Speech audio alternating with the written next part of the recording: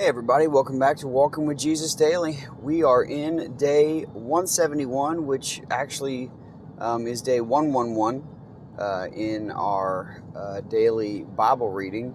And kind of neat because it's all ones, three ones. And we have for the first time ever, all four Gospels all telling the same story.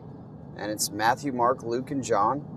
And that's pretty special. And I like numbers. I like seeing how everything lines up. And just like for instance, last night in a conversation I was having with somebody, we were talking about the word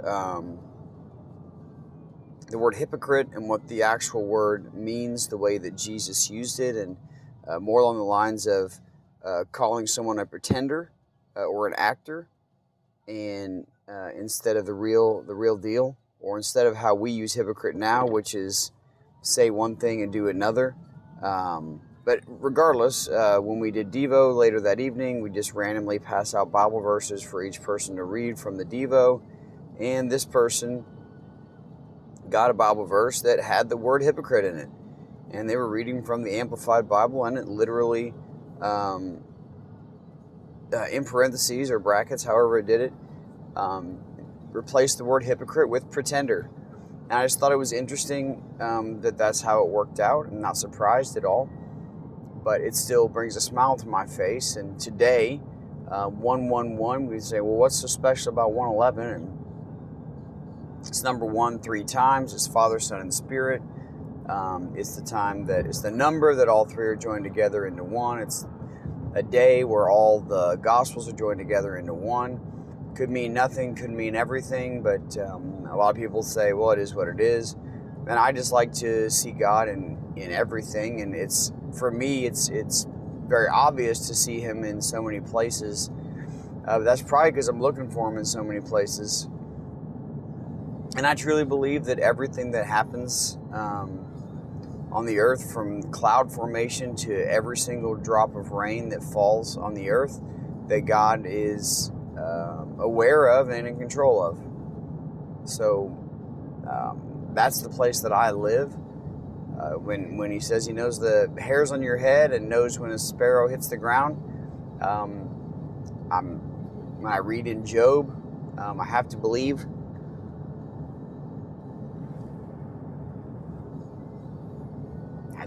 that He is almighty and all-knowing and in all places at once, and I choose to believe that.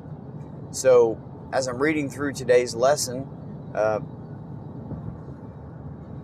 just read the title, and you would think that this would be like my favorite Bible verse of all time, just because of the title.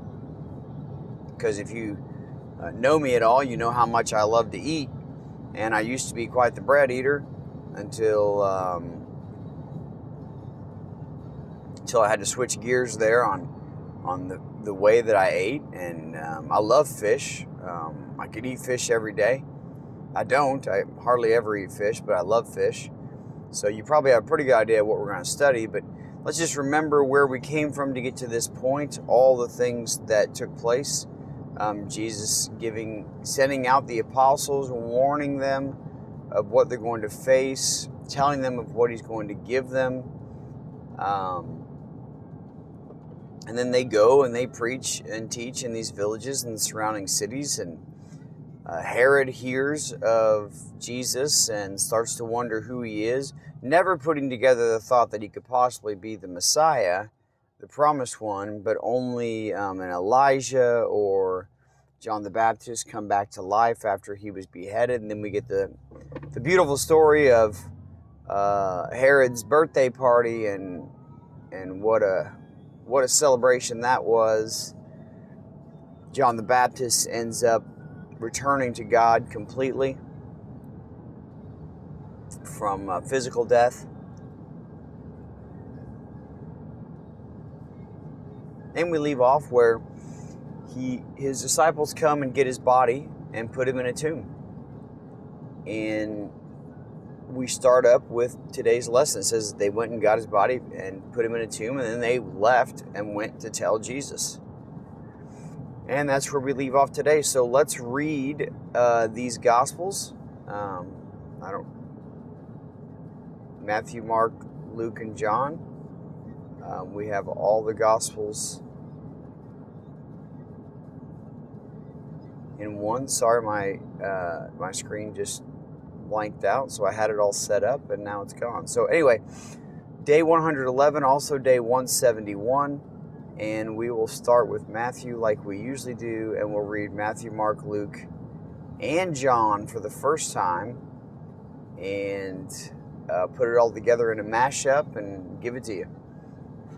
Matthew 14:13 through 21. Now, when Jesus heard this, when he heard of what happened to John the Baptist, he withdrew from there in a boat to a desolate place by himself.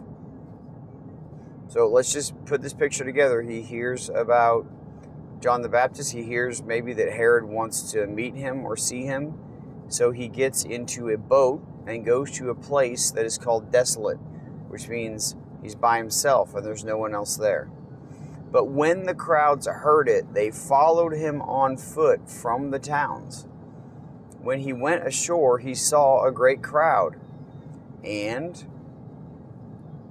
Jesus, wanting to be alone, wanting to get away, got back in the boat and turned around. No, it says, and he had compassion on them and healed their sick. Now, when it was evening, the disciples came to him and said, this is a desolate place, and the day is now over. Send the crowds away to go into the villages and buy food for themselves. But Jesus said, they need not go away. You give them something to eat. They said to him, we have only 5 loaves here and 2 fish. And he said, bring them here to me. Then he ordered the crowds to sit down on the grass. And taking the 5 loaves and the 2 fish, he looked up to heaven and said a blessing. Then he broke the loaves and gave them to his disciples. And the disciples gave them to the crowds. And they all ate and were satisfied. And they took up 12 baskets full of the broken pieces left over. And those who ate were about 5,000 men, besides women and children. Okay. Matthew, as an eyewitness account, gives us an eyewitness account view of what took place. And he tells the story nonchalant, like it was just another day with Jesus. We'll get Mark's account, Luke's account, and John's account. Mark 6:30 through 44. So again, just kind of close your eyes, picture what's happening. Just listen into the words. Let the story play out in your mind. Put all the details in. And let it play out as if you are there. You are walking with Jesus. You're not one of the 12, perhaps, but you are one that has chosen to follow him regardless of being called by name or not. The apostles returned to Jesus and told him all that they had done and taught. And he said to them, come away by yourselves to a desolate place and rest a while. For many were coming and going, and they had no leisure even to eat. And they went away in a boat to a desolate place by themselves. Now many saw them going and recognized them, and they ran there on foot from all the towns and got there ahead of them. Now remember, they had been sent out, right? So they were already in all the towns and the cities, and they were already healing all the people. And I mean, hiding from people was going to be very difficult to do. And so they didn't have a moment to eat. They had no time to themselves, and they needed it, and they were seeking it, and they wanted it. It says, when he went ashore, he saw a great crowd, and he had compassion on them, because they were like sheep without a shepherd. He had compassion on them, and it was a little bit more clear here, not because they had sickness or ailments, but because they were like sheep without a shepherd, that they were seeking someone to lead them, and they had no one. And he began to teach them many things. And when it grew late, his disciples came to him and said, "This is the desolate place. There's nothing out here. And the hour is now late. Send them away to go into the surrounding countryside and villages and buy themselves something to eat." But he answered them, "You give them something to eat." And they said to him, "Shall we go and buy 200 denarii worth of bread and give it to them to eat?" And he said to them, "How many loaves do you have? Go and see." And when they had found out, they said, 5, and 2 fish. Then he commanded them all to sit down in groups on the green grass. I love how that detail's in there.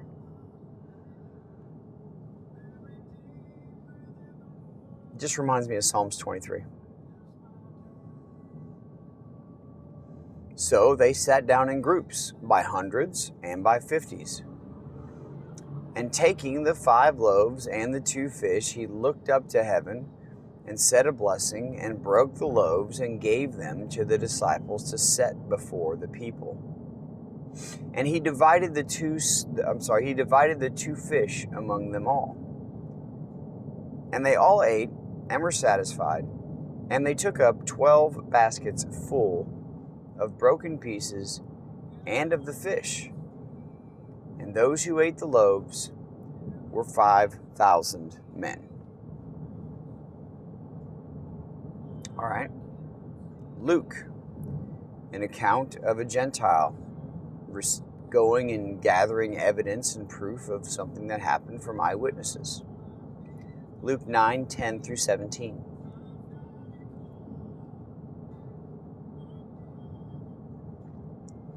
On their return, the apostles told him all that they had done. And he took them and withdrew apart to a town called Bethsaida. All right. Getting a little bit better of a picture here, right? Now we know where he is. When the crowds learned it, they followed him, and he welcomed them and spoke to them of the kingdom of God and cured those who had need of healing. Now the day began to wear away.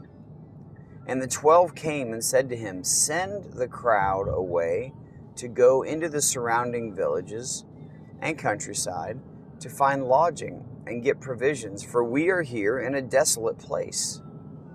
But he said to them, "You give them something to eat." Just, once again, very, very interesting, the wording. You give them something to eat. They said, "We have no more than 5 loaves and 2 fish. Unless we are to go and buy food for all these people. For there were about 5,000 men. And he said to his disciples, "Have them sit down in groups of about 50 each." And they did so, and had them all sit down. And taking the 5 loaves and the 2 fish, he looked up to heaven and said a blessing over them. Then he broke the loaves and gave them to the disciples to set before the crowd.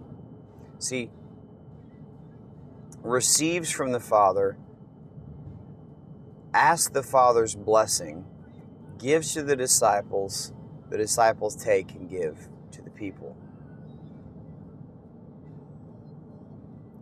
And they all ate and were satisfied. And what was left over was picked up, 12 baskets of broken pieces. I find the symbolism there interesting as well, because 12 tribes, Jesus going and sending his apostles to the 12 tribes of Israel, not out to the Gentiles, but to his own people, and then showing that there were broken pieces of bread gathered up, 12 baskets full. All right. Let's hear from John, which is very interesting because this is the first time that we have all 4 Gospels. And then we'll put it all together. I'll try not to run this too far over, so bear with me. John 6, 1 through 13. After this, Jesus went away to the other side of the Sea of Galilee, which is the Sea of Tiberias. I just find this very interesting that we get more and more specific on locations depending on which one you read. And a large crowd was following him because they saw the signs that he was doing on the sick. Jesus went up on the mountain, and there he sat down with his disciples. Now the Passover, the feast of the Jews, was at hand. Lifting up his eyes then, and seeing that a large crowd was coming toward him, Jesus said to Philip, "Where are we to buy bread so that these people may eat?" He said this to test him, for he himself knew what he would do. Philip answered him, 200 denarii worth of bread would not be enough for each of them to get a little. That's a huge crowd.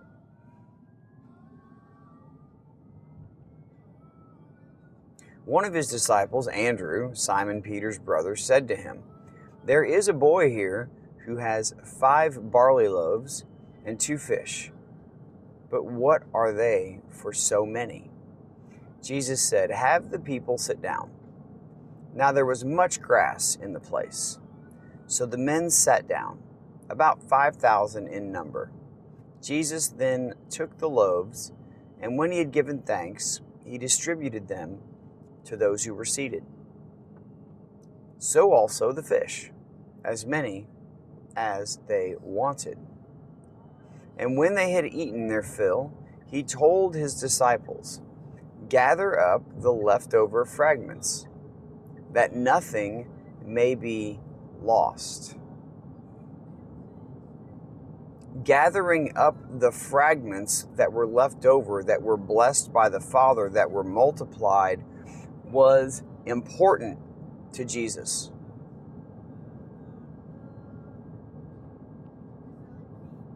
So they gathered them up and filled 12 baskets with fragments from the 5 barley loaves left by those who had eaten.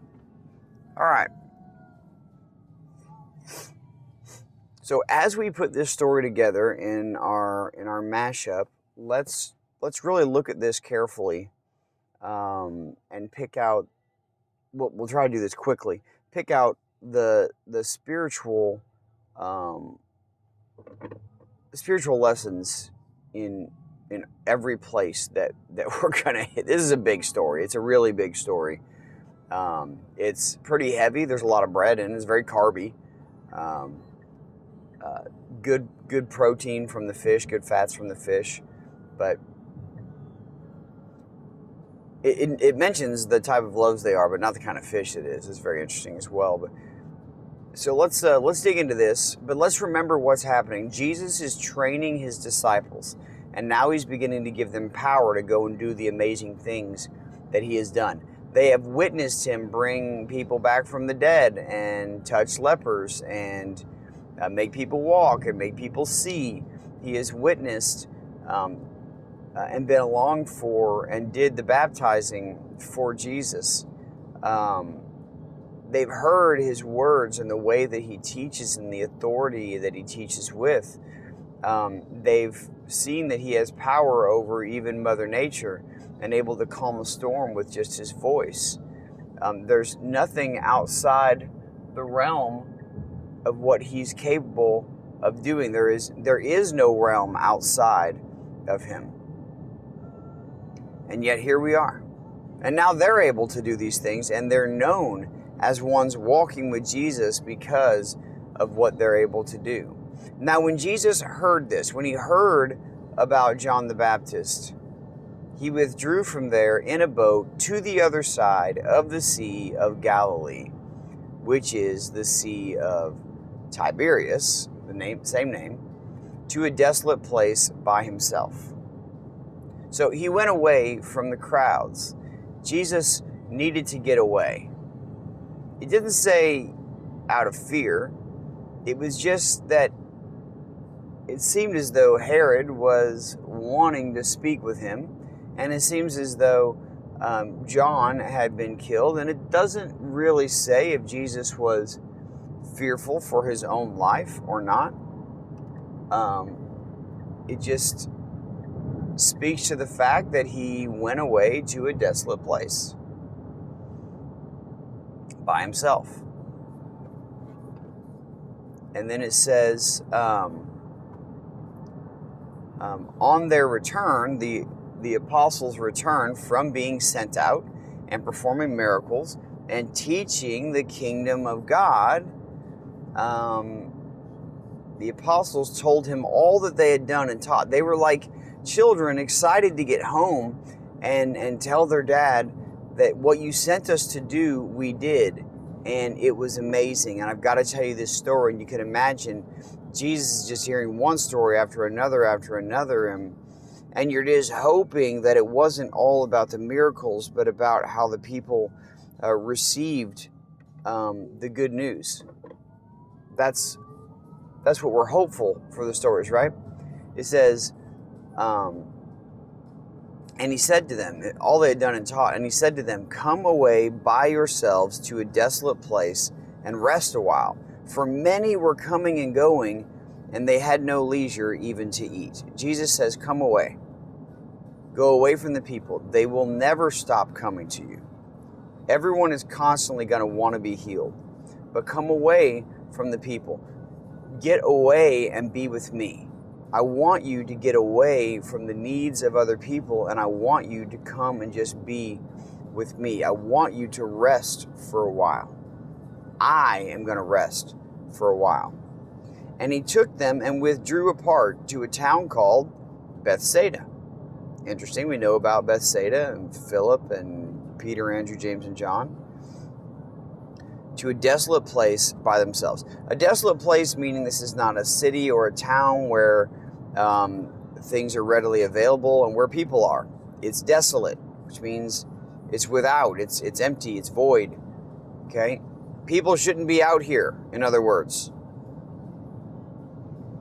When the crowds learned it, they ran there on foot from all the towns and got there ahead of them, because they saw the signs that he was doing on the sick. When the crowds knew that Jesus and his disciples were going to be in a certain place, it says they ran. They got there ahead of them because they knew the signs that he was doing on the sick. Now many saw them going and recognized them and followed him on foot from the surrounding towns out to a desolate place. And it says that when he went ashore from the boat, he saw a great crowd. Now we learn later this great crowd was comprised of about 5,000 men, not counting women and children. Now you don't want to assume that every man had a wife and 2 kids, but if you did, you would assume 3 times more people than the 5,000. So you could assume around 20,000 people, give or take. 20,000 people is a lot. I think that somebody told me they went to a Forrest Frank concert in Jacksonville and there were 15,000, and they said it was a lot of people. And I was like, I can't imagine. That sounds like a lot of people. I'm relatively certain that anytime my family wants Chick-fil-A, that's about the amount of people that are in line. I still get through very quickly though, but whatever. Aside from the point, it's a lot of people any way you look at it. Okay? So it says these words. He had compassion on them and healed their sick because they were like sheep without a shepherd. He had compassion on them and healed them, even though he was going to be alone, even though he was going to be into a desolate place. Jesus knew good and well that wasn't going to take place. But he still taught it to his disciples, and he's still teaching it to us. Even if you don't get it, you need time alone with me. But Jesus had compassion on them because they were like sheep without a shepherd. They were wandering around in the field of this world looking for someone to lead them, someone that would teach them truth. And that someone is Jesus. And Jesus is trying to prepare his disciples to do that while he's gone. His disciples have no idea he's ever going to leave, right? Jesus went up on the mountain and he sat down with his disciples. And when the crowds heard it, they followed him, and he welcomed them, and he spoke to them of the kingdom of God. He goes up, he sits, he welcomes the huge crowd of people. It didn't matter what they were there for. To be healed, to be given something, to hear the truth. It didn't matter. It doesn't say that it mattered. It said he had compassion on them, that he wanted to heal them, and he wanted to teach them the truth, and he wanted to lead them to the kingdom of God. He began to teach them many things. Now, as the day began to wear away, it says, it grew late, and the 12 came to him and said to him, "This is a desolate place, and the hour is now late." Like, you've been doing this all day. What did he teach? We have nothing. We have 4 gospel writers talking about the same miracle, the same day, the same time, and we have nothing from the lesson. But we do have what he did. We do have that he had compassion on the crowds. We do have the truth about what took place on that day.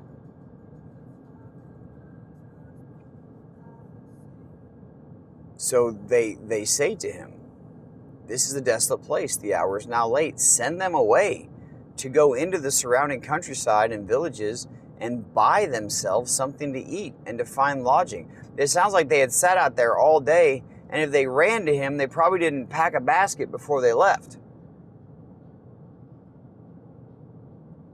They need to go somewhere where they can eat and sleep. But Jesus said, they need not go away. They don't need to go. Why don't you give them something to eat?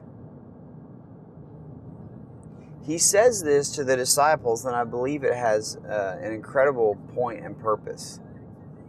He says this to the disciples. He said, "Do you not remember where you just came from? Do you not remember who I am? Do you not know that these people are here to see me? If they're hungry, if you are recognizing that people are physically hungry, that's good. Feed them. If you're realizing that people are spiritually hungry, feed them." Now it gives us some context. Now the Passover, the Feast of the Jews, was at hand.